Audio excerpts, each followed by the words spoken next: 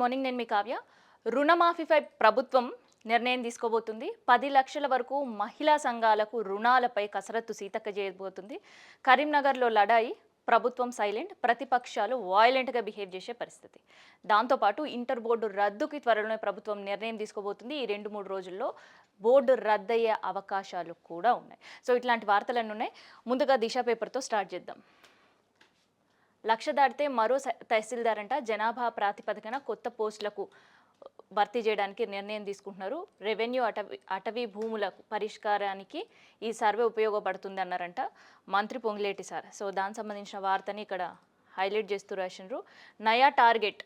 So ఏంటి ఈ నయా టార్గెట్ అంటే, గతంలో ఆపరేషన్ కగార్ టీం ఏదైతే ఉందో, గరిల్లా అండ్ దాంతోపాటు ఈ ఆపరేషన్ కగార్ టీంలో పాల్గొన్న వాళ్ళందరినీ కూడా సైబర్ నేరగాళ్ళు ఎవరైతే ఉన్నారో వాళ్ళ వైపు మరలించాలని నిర్ణయం తీసుకోబోతున్నారు. సో అదే నయా టార్గెట్ అంటూ వార్తను కూడా ఇక్కడ హైలైట్ చేస్తూ రాసిండ్రు. రణరంగంగా మారిన కరీంనగర్ ఎమ్మెల్యే క్యాంప్ ఆఫీస్పై బండి సంజయ్ అనుచరుల దాడి, రాళ్ళు కర్రలతో అటాక్, వాహనం ఫర్నిచర్ ధ్వంసం చేసిర్రు. సో ఇంత జరుగుతున్నా కూడా కేంద్ర మంత్రి ఏం చెప్తాడంటే, జరిగిన దాడికి నాకు సంబంధం లేదు. మరి బీజేపీకి ఆయనకు కూడా సంబంధం లేదా బండి సంజయ్కి అనే ప్రశ్నలు కూడా వాళ్ళు వినిపిస్తున్నాయి. సో రాజకీయాల్లో విమర్శలు చూసినాం, కానీ ఇప్పుడు లేటెస్ట్ ఏంటంటే దాడులు కనిపిస్తున్నాయి. కామారెడ్డి మనం చూస్తే, కామారెడ్డిలో గత 2 నెలల క్రితం కూడా సేమ్ సీన్ రిపీట్ అయింది. BJP versus Congress.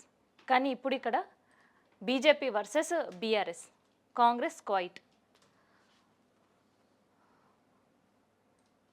13,500 ఎకరాల్లో బీఆర్ఎస్ లాక్కుందంట. 30,000 ఎకరాలు తీసుకునేందుకు కాంగ్రెస్ కుట్ర చేస్తుంది. ఫార్మాసిటీ భూములను తిరిగి ఇచ్చేయాలంటూ కవితక్క మండిపడ్డారు. సో ఇకపై 10 లక్షల వరకు మహిళా సంఘాలకు రుణాలు ఇవ్వబోతున్నారు. వడ్డీ చెల్లింపుల్లో 2,500 కోట్ల రూపాయలు నిధులు విడుదల చేసిన సీతక్క, నాడు వ్యాపారుల దోపిడీ చూడలేకే నక్సల్లో చేరాను అంటూ కూడా ఆమె మాట్లాడింది. సో ఇదైతే మహిళా సంఘాల వాళ్ళకి ఒక గుడ్ న్యూస్. సీతక్క మహిళా సంఘాల గురించి ఆలోచించడం ప్రారంభించిన తర్వాత తీసుకుంటున్న ప్రతి నిర్ణయం కూడా మహిళా సంఘాల వాళ్ళకి ప్లస్ పాయింట్ అవుతుంది. సో ఎందుకంటే గతంలో రుణాలు తీసుకున్న మహిళ గనక చనిపోయి ఉంటే ఆ కుటుంబ సభ్యులపైన ఆ రుణం చెల్లించే భారం బాధ్యత ఉండేది. సో ఇన్ కేస్ వాళ్ళు కూడా చేతులు ఎత్తేస్తే గ్రూప్లో ఉండే మిగతా 9 మంది కట్టాల్సిన పరిస్థితి ఉండేది. కానీ ఇప్పుడు ఆ రుణం తీసుకున్న మహిళకు గనక ఏమన్నైతే ఆ పూర్తి రుణం ప్రభుత్వమే చెల్లించడంతో పాటు ఆ మహిళకి 25,000 రూపాయలు ఆ కుటుంబానికి ఆర్థిక సహాయం అని ఒక స్కీమ్ తీసుకొని వచ్చారు. ఆ తర్వాత ఏదైతే ఫుడ్ సేఫ్టీ వింగ్ ఉందో జిహెచ్ఎంసీ అండ్ దాంతోపాటు పోలీస్ డిపార్ట్మెంట్ ఏర్పాటు చేసింది. సో అందులో కూడా ఈ మహిళా సంఘాలని వాలంటీర్లుగా పెట్టాలి, వాళ్ళకు ఒక ఉపాధి కల్పించాలి అని ఒక నిర్ణయం. ఆ తర్వాత వడ్డీ లేని రుణాల సంఖ్య పెంచడం. ఇప్పుడు ఏదైతే 5 లక్షల నుంచి 7 లక్షల వరకు చాలా ఇబ్బంది పరిస్థితిలో ఎన్నో రూల్స్ అండ్ రెగ్యులేషన్స్ పెట్టిస్తున్నారు. సో అది కాస్త 10 లక్షల వరకు రుణాలు మంజూరు చేయాలి అనేది ఒక ఆలోచన. అంటే 10 లక్షల రూపాయల రుణం ఇస్తే ప్రతి మహిళకి 1,00,000 రూపాయల చొప్పున డబ్బులు అందే అవకాశం ఉంటుందన్నమాట. సో అట్లాంటి నిర్ణయం కూడా సీతక్క తీసుకున్నారు. మెజారిటీతో రండి, టీవీకే చీఫ్ విజ్ఞప్తిని తిరస్కరించిన గవర్నర్. సో గవర్నర్ పైన అటు ప్రకాష్ రాజ్ కావచ్చు, సినీ ప్రముఖులు కావచ్చు, రాజకీయ విశ్లేషకులు కావచ్చు, వీళ్ళందరూ ఒక విమర్శలు వినిపిస్తున్నాయి. వినిపించడం కాదు, ఏకంగా గవర్నర్ తీరుకి అదొక పెద్ద ఎగ్జాంపుల్ అనేది వినిపిస్తుంది. ఎందుకంటే బీజేపీ కనుసంధులలోనే గవర్నర్ నడవడం అనేది ఒక సిగ్గుచేటు అనే చెప్పే పరిస్థితి ఉంటుంది. టీవీకే విజయ్ ఒక విజయం సాధించడంతో పాటు ఒక హిస్టరీ అక్కడ ఉండే. పాత పార్టీలు వద్దు, గుడ్ బాయ్ చెప్పి ప్రజలు విజయ్కి ఓటేసినప్పటికీ కూడా మ్యాజిక్ ఫిగర్కి దగ్గరలో ఉన్న, ప్రభుత్వం ఏర్పాటుకు సిద్ధంగా ఉన్న గవర్నర్ గ్రీన్ సిగ్నల్ ఇవ్వని సిచ్యువేషన్. సో ఏం జరుగుతుందో చూడాలి. ఢిల్లీలో అధ్వానంగా మారిందంట. ఢిల్లీ కేర్ ఆఫ్, మన గతంలో పొల్యూషన్కి కేర్ ఆఫ్ అడ్రస్గా ఉండేది, కానీ ఇప్పుడు మహిళల చిన్నారుల సేఫ్టీ నో అట. ఢిల్లీలో సైబర్ నేరగాళ్లలో బెంగళూరు టాప్ ఉంది, 3వ స్థానంలో హైదరాబాద్ ఉంది అంటూ ఎన్సీఆర్బీ డేటా వెల్లడిస్తుంది. సో శాంతి భద్రతలు ఎట్లుంది తెలంగాణలో అనేది ఆల్రెడీ అందరు కూడా తెలిసిందే. సో శాంతి భద్రతల విషయంలో, సైబర్ నేరాల విషయంలో హైదరాబాద్ ఎక్కడికి చేరుతుందనే విషయంతో పాటు రాజకీయ నేతలే, శాంతి భద్రతని కాపాడాల్సిన ఎమ్మెల్యేలే ఒకరిపైన ఒకరు కొట్టుకోవడం, దాడులు చేసుకోవడం, మీరు కూడా ఇట్లే చేయండి అని ప్రజలకు ఒక పిలుపునిచ్చేటట్టే ఉంది. అండ్ వాళ్ళ ఒకరిపై ఒకరు చేసుకున్న విమర్శలు గతంలో రాజకీయ విమర్శలు ఉండే, కానీ ఇప్పుడు పర్సనల్ టార్గెట్స్ ఎక్కువైపోయినాయి. లక్ష దాటితే మరో తహసీల్దార్ అట. సో అదే వార్తని ఇక్కడ దిశ పేపర్ కూడా హైలైట్ చేస్తూ రాసిన పరిస్థితి.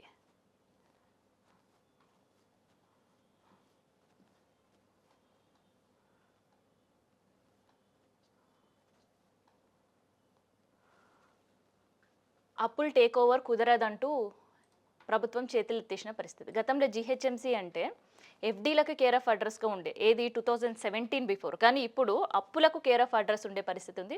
సో ఆ వార్త ఏందో చదువుతా వినండి. జీహెచ్ఎంసీ అంటేనే ఫిక్స్డ్ డిపాజిట్లు పెట్టింది పేరు 2013 వరకు ముందు వరకు జీహెచ్ఎంసీకి మరో పేరుగా ఉండేది ఎఫ్డీల విషయంలో. కానీ ఇప్పుడు బాల్దియా గతంలో ఖజానాలో జీహెచ్ఎంసీ ఖజానాలో 1000 కోట్ల రూపాయల ఫిక్స్డ్ డిపాజిట్లు ఉండేవి. తెలంగాణ రాష్ట్రంలోనే జీహెచ్ఎంసీ నిధులు ఇతర శాఖలకు మళ్లించడం ఖజానా ఖాళీ అయిపోయింది. తర్వాత ఫిక్స్డ్ డిపాజిట్ల నుంచి ఓవర్ డ్రాఫ్ట్ల వరకు కూడా చేరింది. ఆ తర్వాత ఇప్పుడు ఏకంగా 4717 రూపాయల వరకు కూడా కోట్ల రూపాయల వరకు జీహెచ్ఎంసీ పైన అప్పు భారం ఉంది. సో ఆ అప్పు భారం ఎందుకు వచ్చింది అంటే 6000 కోట్ల రూపాయలు గతంలో బీఆర్ఎస్ ప్రభుత్వం ఉన్నప్పుడు ఫ్లైఓవర్ నిర్మాణానికి జీహెచ్ఎంసీ పేరు మీద అప్పులు తీసుకుంది. సో ఇప్పుడు అప్పులు ఎవరు కట్టాలి అని అంటే మాకు సంబంధం లేదు అని ప్రభుత్వం చేతులు ఎత్తేసే పరిస్థితి ఉందంట. సో అదే వార్తని ఇక్కడ హైలైట్ చేస్తూ రాసిర్రు. అంజనకు జాతీయ గుర్తింపు అంట, కొండగట్టుకు ఐఎస్ఓ సర్టిఫికేట్ ఇచ్చిండ్రంట. ఎందుకు? అక్కడ ఉండే స్వచ్ఛత అండ్ దాంతోపాటు సేవ, అక్కడ ఉండే క్లీనింగ్నెస్కి గుర్తింపుగా కొండగట్టు అంజన్నకు అరుదైన గుర్తింపు లభించిందనే వార్తను కూడా ఇక్కడ హైలైట్ చేస్తూ రాసిండ్రు. స్వార్థ రాజకీయాలట ప్రస్తుతం ప్రజా సమస్యలను పట్టించుకోవట్లేదు, స్వలాభం డబ్బు చుట్టే తిరుగుతున్నాయి అంటూ professor Kodandaram sir. So professor Kodandaram sir ఇప్పుడు మళ్ళీ ప్రస్తుత పరిస్థితులకు వచ్చిండ్రు. ప్రస్తుత పరిస్థితులు ఎట్లున్నాయి అనేది కోదండరామ్ సార్ మళ్ళీ విశ్లేషించడం మొదలుపెట్టిండ్రేమో. సో అందుకనే ప్రస్తుతం ప్రజారాజ్యం లేదు, ప్రజలను ఎవరు పట్టించుకోవట్లేదు, కేవలం స్వలాభం డబ్బులు చుట్టే తిరుగుతున్నారు అంటూ వాస్తవాలను కోదండరామ్ సార్ ఇవాళ మాట్లాడే పరిస్థితి. సో ఎమ్మెల్సీ ఆయనకు పదవి ఇచ్చిన తర్వాత ప్రభుత్వం గురించి కావచ్చు, ప్రభుత్వ విధానాల గురించి కావచ్చు, ఏకంగా తెలంగాణ తల్లి విగ్రహ నమూనా మార్చినప్పుడు కూడా కోదండరామ్ సార్ అది బాగుంది, ఇది బాగుంది, ఆ విగ్రహం తెలంగాణ తల్లి విగ్రహం లానే ఉంది, ఈ విగ్రహం తెలంగాణ తల్లి విగ్రహం లాగానే ఉంది అని మాట్లాడిన ప్రొఫెసర్ కోదండరామ్ సార్ ఇప్పుడు వాస్తవాలను తెలుసుకుంటున్నారేమో. సో అందుకనే వాస్తవికంలో మాట్లాడుతున్నారేమో. ఎందుకంటే ప్రభుత్వంలో హైడ్రా కూల్చివేతలపైన కోదండరామ్ సార్ మాట్లాడిన పరిస్థితి, తెలంగాణ మనోభావాలను దెబ్బతీసేటట్టు తెలంగాణ తల్లి విగ్రహాన్ని మార్చేటప్పుడు మాట్లాడని పరిస్థితి, ఎన్నో రాజకీయ నిర్ణయాలు ప్రజలకు వ్యతిరేకంగా జరుగుతున్న మాట్లాడలేని పరిస్థితి, రైతులకు సంబంధించిన విధానాల్లో ప్రభుత్వం విఫలమైన మాట్లాడలేని పరిస్థితి. కానీ ఇప్పుడు వీటన్నిటికీ భిన్నంగా మాట్లాడుతున్నారు అంటే మరి జీవన్ రెడ్డి సార్ దారిలో పడతారా, లేదంటే పార్టీ నుంచి బయటకు వచ్చే ఆలోచన ఏమైనా ఉందా, లేదంటే ఎమ్మెల్సీ మళ్ళీ ఆయనకి రాదు కాబట్టి ఇక మనం ప్రభుత్వానికి వ్యతిరేకంగా కాదు ప్రజల పక్షాన మళ్ళీ గొంతు వినిపించాల్సిన సమయం వచ్చింది అనుకున్నాడో తెలియదు. కానీ మొత్తానికైతే ప్రభుత్వ వైఫల్యాలపైన, ప్రజల సమస్యలపైన కోదండరామ్ సార్ మాట్లాడడం స్టార్ట్ చేసిండ్రు అనేది నిన్న జరిగిన ఒక సమావేశంలో తెలుస్తుంది.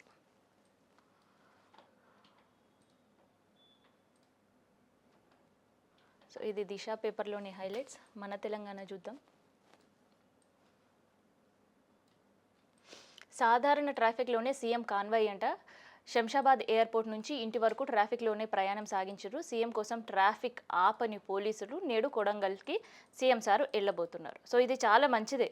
కేవలం ఒక శంషాబాద్ ఆయన సార్ ఇంటి దగ్గర నుంచి జూబ్లీ హిల్స్ టు శంషాబాద్ మాత్రమే కాదు, సార్ ఇటువైపు సెక్రటరేట్ కావచ్చు, అటువైపు అసెంబ్లీ వెళ్ళేటప్పుడు కూడా సో ట్రాఫిక్ పోలీసు వాళ్ళు ఇదే నిర్ణయం సార్ సమ్మతితో జరిగితే ఇంకా బాగుంటుంది. ఎందుకంటే ఒక చెక్ పోస్ట్ ఏరియా అంతా కూడా ఒక ట్రాఫిక్ జామ్ అంటిల్ పంజాగుట్ట, ఒక పక్క ఫ్లైఓవర్ వర్క్ జరుగుతుంది, ఇంకో పక్క ట్రాఫిక్ని అడ్డుకట్ట వేసి పోలీసులు అడ్డుకునే పరిస్థితి, విపరీతమైన ఇబ్బందులు పడుతున్నారు ప్రజలు. సో గతంలో నా కాన్వాయ్ పోయేటప్పుడు, నా కాన్వాయ్ సైరన్లు పోయేటప్పుడు ట్రాఫిక్లోనే వెళ్తుంది తప్ప ప్రజలకి నేను ఇబ్బంది పెట్టను అని సీఎం సార్ ఆ రోజు అన్నమాట ఈ ఒక్క ఘటనలో మాత్రం నిరూపించుకున్నారు. సో ప్రతిరోజు కూడా సార్ ఇట్లనే చేస్తే మంచిగా ఉండు అని అనుకుంటున్నారు ప్రజలు ఈ వార్త విన్న తర్వాత.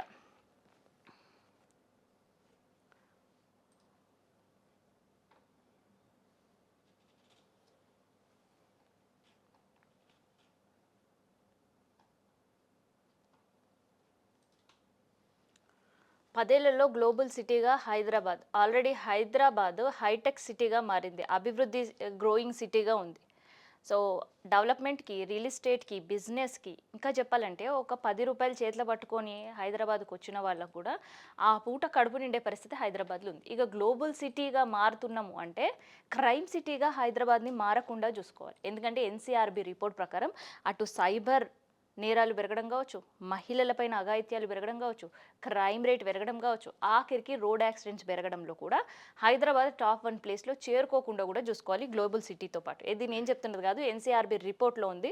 సో ఎన్సీఆర్బీ రిపోర్ట్ ఒక్కసారి గత ఏడాది ఈ ఏడాది కంపేర్ చేసి చూస్తే మనకు అర్థమవుతుంది అనమాట. సో అట్లాంటి పరిస్థితి ఉంది. రైతుకు అన్నిటినీ ఓట్లుగా మార్చుకునే కుట్ర జరుగుతుంది అంటూ తుమ్మల సార్ ఇవాళ మాట్లాడినరు. ఎందుకు మాట్లాడినరు? 2 లక్షల రుణమాఫీతో రైతుల కన్నీరు తుడిచిన పార్టీ కాంగ్రెసే. బీఆర్ఎస్ను రైతులు ఎప్పటికీ నమ్మరు. ఆ పార్టీ నేతల భాష మార్చుకోవాలి. రాష్ట్ర రైతు మేళాలో మంత్రి తుమ్మల. సో బీఆర్ఎస్ వాళ్ళు భాష మార్చుకున్న రైతులకి ఇబ్బంది ఏం లేదు, మార్చుకోకున్న రైతులకు ఇబ్బంది లేదు. కానీ ప్రభుత్వంలో ఉన్న మీరు మాట మారిస్తేనే ఇవాళ రైతులు ఇబ్బందులు పడే పరిస్థితి. ఎన్నికలకు ముందు ఒకేసారి ఎన్నికలు అయిపోగానే మీకు రైతు బంధు పడుతుంది అని చెప్పిన దఫల వారీగా మీరు ప్రభుత్వం ఇవాళ లేట్ చేసే పరిస్థితి. దానివల్ల రైతులు ఇబ్బందులు పడుతున్నారు. సో అక్కడ మీరు భాష మార్చుకోవాలి. రుణమాఫీ విషయంలో 2 లక్షల రుణమాఫీ అన్నారు. సో ఒక 10 మంది రైతులు ఒక గూడెంలో ఉంటే అందులో 2కి 3కి అయింది, మిగతా వాళ్ళకి కాని పరిస్థితి. మరి వాళ్ళ విషయంలో కూడా మీరు రైతులకు సంబంధించి భాష మార్చుకోవాల్సిన పరిస్థితి కనిపిస్తుంది ఇవాళ. సో ఇవాళ భాష మార్చినరా, భాష తిట్టినరా అని రైతులు పట్టించుకునే పరిస్థితులు లేరు. వాళ్ళకి అందుతాయి అండ్ ప్రభుత్వం వాళ్ళకి ఇచ్చిన హామీలు ఎక్కడి వరకు నెరవేర్చిండ్రు అని మాత్రమే ఆలోచనలో రైతులు ఉన్నారు. సో ఈ 2 లక్షల రుణమాఫీ చేసిండ్రు అని తుమ్మల సార్ చెప్తున్నారు. మరి అది ఎంతవరకు వాస్తవం అనేది న్యాయస్థానాలు అడిగినా కూడా నోరు బెంపని పరిస్థితి. ప్రతిపక్షాలు అడుగుతున్నా కూడా సైలెంట్, మాకు మీరు చెప్పే మాటలు వినిపిస్తలేవు అంటున్నారు అనమాట.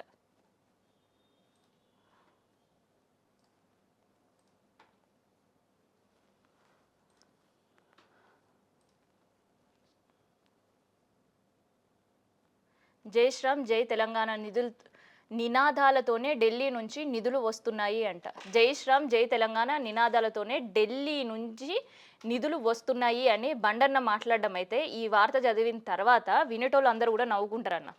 ఎందుకు తెలుసా? అమరావతికి సంబంధించిన డిస్కషన్ జరిగేటప్పుడు కూడా తెలంగాణకు అన్యాయం జరిగింది.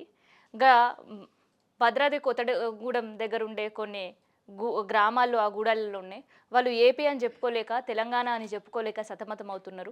ఆ గ్రామాలను మళ్ళీ తెలంగాణలో కలపాలి అనే మాట బండి సంజయ్ అన్న నోట్ల నుంచి రాలేదు. మరి రాష్ట్ర విభజన జరిగేటప్పుడు మాకు ఇస్తానన్న హామీల విషయం ఏంది అని బండి సంజయ్ అన్న నోట్ల నుంచి రాలేదు. అటు అమరావతికి సంబంధించి భూమి పూజకి మోడీ సార్ వెళ్ళినప్పుడు కూడా బండి సంజయ్ అన్న నోట్ల నుంచి మాట రాలేదు. అండ్ ఇప్పటికీ తెలంగాణ రాష్ట్రంలో మోడీ అడుగు పెట్టకున్నా కూడా బండి సంజయ్ అన్న నోట్ల నుంచి మాట రాకపోగా కనీసం నిధుల గురించి కూడా ఎప్పుడూ మాట్లాడిన సందర్భమే లేదు.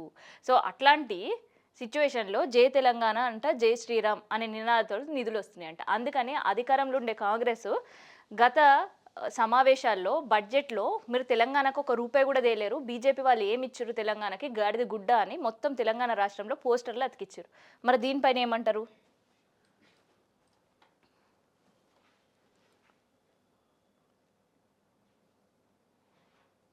మైక్రో ఫైనాన్స్ కేసులో మంగ్లీకి ఊరటనంట. ఆమెపై ఎలాంటి ప్రచారాలు చేయొద్దు, సోషల్ మీడియాలో పోస్టులు పెట్టొద్దు, సిటీ సివిల్ కోర్టు ఆదేశాలు జారీ చేసింది. పలు యూట్యూబ్ ఛానళ్లతో పాటు రమావత్, మధు, సుబ్బారావులకు నోటీసులు జారీ చేసింది. మంగ్లీకి సంబంధించి మనం ఏం వార్తలు చదవద్దు, మంగ్లీకి సంబంధించి ఆమె ప్రెస్ మీట్లు కూడా కవర్ చేయొద్దు అనేది కూడా ఇవాళ యూట్యూబర్స్ అందరూ కూడా, డిజిటల్ మీడియా అందరూ కూడా నేర్చుకోవాలన్న పరిస్థితి. సో మంగ్లీకి సంబంధించి మైక్రో ఫైనాన్స్ విషయంలో ఏం జరిగింది అని ఒక్కొక్కరిది ఒక్కొక్క వర్షన్ బయటకు వచ్చి బాధితులు నెత్తి నోరు కొట్టుకుంటున్నారు. అయినా బాధితులకు అండగా ఉంటా అని చెప్పిన మంగ్లీ ఎక్కడ పోయిందో ఎవరికి ఎరకలేదు. అయినా మనం మంగ్లీ గురించి వార్తలు చదవద్దు, థంబ్నెయిల్స్ పెట్టొద్దు, ఏమి కూడా దానికి సంబంధించి మాట్లాడొద్దు. సో అట్లా ఆమె సివిల్ కోర్టుకు వెళ్ళి ఒక ఆదేశాలు జారీ చేయించుకుందనమాట. సో చీటింగ్ కేసులో కోర్టు మెట్లెక్కిన సింగర్ మంగ్లీకి ఊరట దక్కిందంట. తనపై ఉద్దేశపూర్వకంగానే అసత్య ప్రచారాలు చేస్తున్నారంటూ మంగ్లీ సిటీ సివిల్ కోర్టును ఆశ్రయించింది. తన పరువు నష్టం కలిగించే విధంగా ప్రసారాలు చేస్తున్న వీడియోలను తొలగించాలంటూ విజ్ఞప్తి చేసిర్రు. దానికి సంబంధించిన కోర్టు కూడా సరే అన్నదట. సో ఈ నెల మళ్ళీ 15వ తారీఖున విచారణ మళ్ళీ జరగబోతుంది. సో ఈ వార్తను కూడా ఇక్కడ హైలైట్ చేస్తూ రాశారనమాట.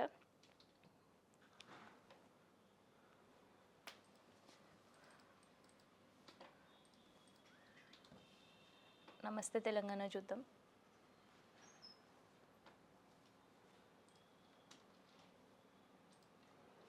బండి గ్యాంగ్ గుండాగిరి, కానీ బండన్నకు మాత్రం దీంతో ఎటువంటి సంబంధం లేదు అంటూ కూడా ఆయన ప్రెస్తో మాట్లాడిన సందర్భంలో చెప్తున్నారు. గంటకొక రైతు ఉరికోయగా మారుతున్నారంట. దేశంలో రోజుకి సగటున 29 మంది రైతులు ఆత్మహత్యలు చేసుకుంటున్నారు. రైతుల ఆత్మహత్యల్లో బీజేపీ కాంగ్రెస్ రాష్ట్రాలే టాపునేట. బీజేపీ పాలన నేరాలకు అడ్డగా మారుతున్న దేశమంట. ఏడాదిలో 4.4 లక్షల మంది మహిళలపై అరాచకాలు, దళితపై తీవ్ర దాడులు, ఎక్కడ చూసినా కిడ్నాప్లు, ట్రాఫిక్ ప్రమాదాల్లో ఏకంగా 1,88,00,000 మంది మృతి చెందిండ్రు అనే వార్తను కూడా ఇక్కడ నమస్తే తెలంగాణ హైలైట్ చేసింది. సో బండి గ్యాంగ్ గూండాగిరి ఎట్లా జరిగింది అంటూ కూడా ఫోటోలు వేసి మరి ఇక్కడ చేస్తారు. అసలు దీనికి నాంది ఎక్కడ పడింది? బండి వర్సెస్ కేటీఆర్గా పడింది. ఫస్ట్ కేటీఆర్ ఆయనకు సవాల్ వేస్తే ఆ సవాల్కి ప్రతి సవాలో లేదంటే దానికి సంబంధించిన నేను రెడీ దానికి సమాధానం చెప్పడానికో అని ఒక కేంద్ర మంత్రి హోదాలో బండి సంజయ్ అన్న మాట్లాడతారన్నారు. కానీ అసలుకి ఇన్ జనరల్గా ఒక చదువుకున్న వాళ్ళు కూడా అట్లాంటి మాటలు మాట్లాడతారో లేదో నాకు తెలియదు. నువ్వు నిజంగా కేసీఆర్ కొడుకువైతే, నువ్వు ఒక మనిషివైతే, నువ్వు జీవివైతే ఏంది మాటలని? సో ఇట్లాంటి మాటలకి రెచ్చిపోయిన పైడి కౌశిక్ రెడ్డి ఆయనకు కౌంటర్ ఇచ్చిండు. సో ఆయన పెట్టుకునే తంబాకుల కొంచెం డ్రగ్స్ వేసుకొని తింటున్నారేమో, అందుకని ఆయన జుట్టు ఊడింది అంటూ. ఇక దానికి రెచ్చిపోయిన బీజేపీ వాళ్ళు కరీంనగర్లో నిన్న పాడి కౌశిక్ రెడ్డి గంగుల కమరాకర్ క్యాంప్ హౌస్లో అడుగు పెడుతున్నారు, ఇక్కడ సమావేశం నిర్వహిస్తున్నారు అని ముచ్చట తెలుసుకొని ఇక తిరగబడ్డరు.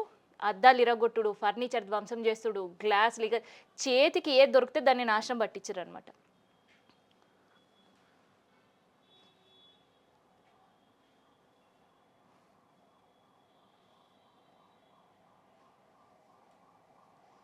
సో దానిపైన రియాక్షన్స్ ఈ పేపర్లో మొత్తం అదే కనిపిస్తుంది.